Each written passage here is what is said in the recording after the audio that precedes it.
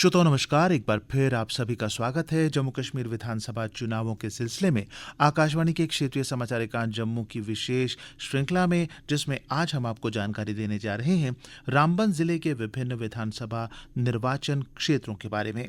जानकारी दे रहे हैं हमारे जिला संवाददाता अजयदीप सिंह। आकाशवाणी सुनने वाले हमारे सभी श्रोताओं को यानी कि मेरा अजयदीप सिंह बलवाल का नमस्कार। श्रोताओं, आज के इस अंक में हम आपका स्वागत करते हैं और आज के इस अंक की शुरुआत हम संसदीय क्षेत्र उधमपुर के 5 जिलों में से एक जिला रामबन के भौगोलिक और लोकतांत्रिक पहलुओं पर आपका ध्यान आकर्षित करेंगे। जिला रामबन की बात की जाए तो जिला रामबन साल 2007 1 अप्रैल को, जो कि केंद्र शासित प्रदेश जम्मू कश्मीर के नवनिर्मित जिला में से एक है। जिला के दक्षिण में खूबसूरत पहाड़ी हिल स्टेशन पटनी टॉप है, तो वहीं पूरब में अस्सर, पश्चिम में गूल और उत्तर जिला में बनिहाल के साथ रामबन, रियासी, उधमपुर, डोडा, अनंतनाग और कुलगाम के साथ अपनी सीमाओं को साझा करता है। श्रोताओं, जिला रामबन में 8 तहसील और 11 ब्लॉक्स हैं। वहीं जिला रामबन समुद्र तल से 1156 की ऊंचाई पर स्थित है। वहीं 2011 सेंसेक्स के मुताबिक यहाँ की जनसंख्या 2,83,713 बताई जाती है और यहाँ का जमीनी इलाका 1,329 स्क्वायर किलोमीटर में फैला हुआ है।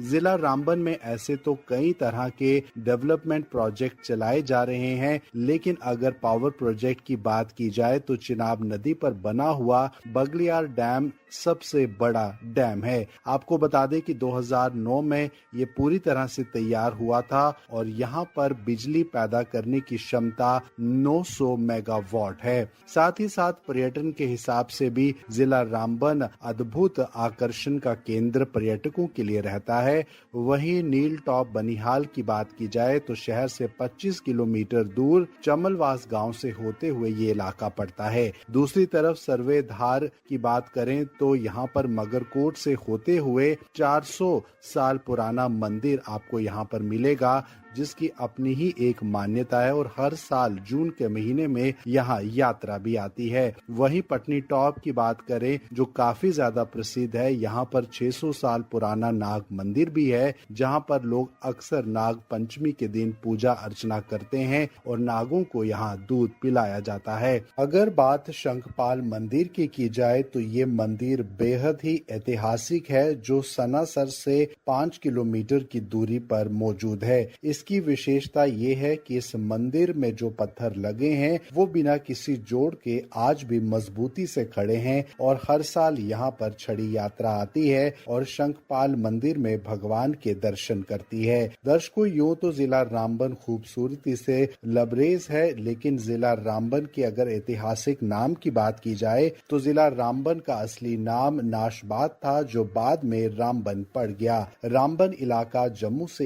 150 किलोमीटर की दूरी पर है और वहीं श्रीनगर से भी ये रास्ता 150 किलोमीटर की दूरी पर है। इसीलिए NH-44 पर हर तरह के राष्ट्रीय राजमार्ग से जुड़े काम चलते हैं और राष्ट्रीय राजमार्ग 1A इसे पहले कहा जाता था, जो बाद में NH-44 पड़ गया। इस समय 4 लेन के काम यहाँ पर चल रहे हैं ताकि ज्यादा से ज्यादा यातायात इस सड़क मार्ग पर लाया जा सके। रामबन शहर कल बहती नदी चिनाब यानी कि चंद्रभागा के किनारे बसा हुआ शहर है। रामबन के गौरवशाली इतिहास की अगर बात की जाए तो इसका इतिहास उस समय से है जब महाराजा गुलाब सिंह अपनी शाही कारवां के आवागमन के लिए और श्रीनगर पहुंचने के लिए रामबन के होते हुए यानी कि रामबन को एक खास स्टेशन के तौर पर लेते हुए यहाँ से गुजरा करते थे। वहीं समय का पहिया घूमता रहा और आज वो समय है जब रामबन में विकास अपनी ऊंचाइयों को छू रहा है, चाहे वो फिर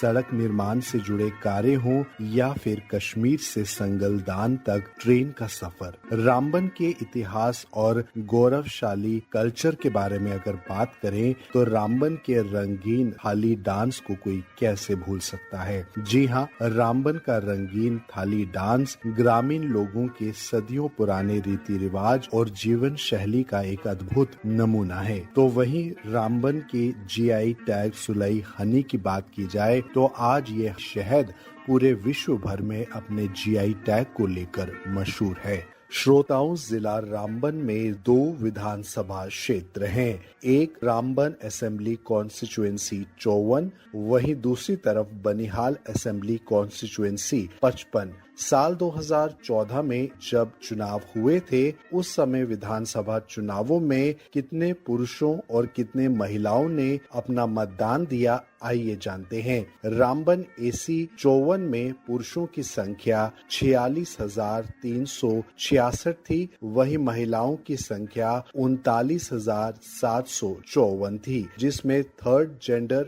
0 पर था और कुल मिला के रामबन AC 54 में 46,161 संख्या रही। बनिहाल AC 55 में पुरुषों की संख्या 42,304 थी, महिलाओं की 35,828, वहीं थर्ड जेंडर 0 पर कुल मिलाकर 78,132 की संख्या रही। वहीं इस बार साल 2024 के विधानसभा चुनावों में अभी तक जिन मतदाताओं ने अपना नाम रजिस्टर कराया है या फिर जो रजिस्टर्ड हैं उनमें रामबन AC पुरुषों की बात करें तो 50,984 पुरुष हैं, वहीं महिलाएं 47,117, थर्ड जेंडर 1, कुल मिलाकर 98,102। वहीं बनिहाल AC 55 में पुरुषों की संख्या 65,036, वहीं महिलाओं की 61,076, थर्ड जेंडर 0 पर कुल मिलाकर 1,26,112 लोग अभी तक हुए हैं। वहीं यंग वोटर्स की इस बार बात की जाए तो 18 से 19 वर्ष यंग वोटर्स में पुरुषों में 4,056, महिलाओं में 3,757, कुल मिलाकर 7,813 हुए हैं। वहीं AC बनिहाल 55 की बात करें तो यहाँ पर भी यंग वोटर्स जो हैं वो 18 से 19 वर्ष हैं, जिसमें पुरुष 5,052, महिलाएं 4,483, कुल मिलाकर 9,535 हुए हैं। जिला रामबन के 2 विधानसभा क्षेत्र हैं। रामबन AC 54 की बात करें तो 8 उम्मीदवार चुनाव में लड़ रहे हैं। सबसे पहले बात करें अर्जुन सिंह राजू की, जो कि रामबन तहसील से JKNC यानी कि Jammu Kashmir national conference party से लड़ रहे हैं। वहीं बहादुर सिंह जो कि जगतली राजगढ़ से JKNNP पार्टी की तरफ से लड़ रहे हैं। राकेश ठाकुर जो कि गांव डिगडियो तहसील रामबन से भारतीय जनता पार्टी के उम्मीदवार हैं। वहीं तिलक राज की बात करें तो चक्का कुंडी राजगढ़ से शिवसेना उद्धव बाला साहब ठाकरे की पार्टी से लड़ रहे हैं। गिरधारी लाल बाहू राजगढ़ तहसील से DPAP के उम्मीदवार हैं। वहीं चैन सिंह 37 राजगढ़ आशा तहसील, जी हाँ, यहाँ पर इंडिपेंडेंट उम्मीदवार के तौर पर ये खड़े हैं। देवराज सिंह की बात करें तो इंडिपेंडेंट कैंडिडेट के तौर पर सिद्धार रामबन से ये लड़ रहे हैं। सुतेश कुमार 135 थोपल तहसील बटोत से उम्मीदवार के तौर पर लड़ रहे हैं इंडिपेंडेंट। वहीं अब आपको बता देते हैं कि किस तरह से AC 55 बनिहाल से 7 उम्मीदवार मैदान में उतरे हैं। सबसे पहले नाम ले लें तो इम्तियाज अहमद शान जो कि JKPDP यानी कि Jammu Kashmir Peoples Democratic Party से चुनाव लड़ रहे हैं। साजाद शहीन जो कि जम्मू कश्मीर नेशनल कॉन्फ्रेंस की तरफ से लड़ रहे हैं।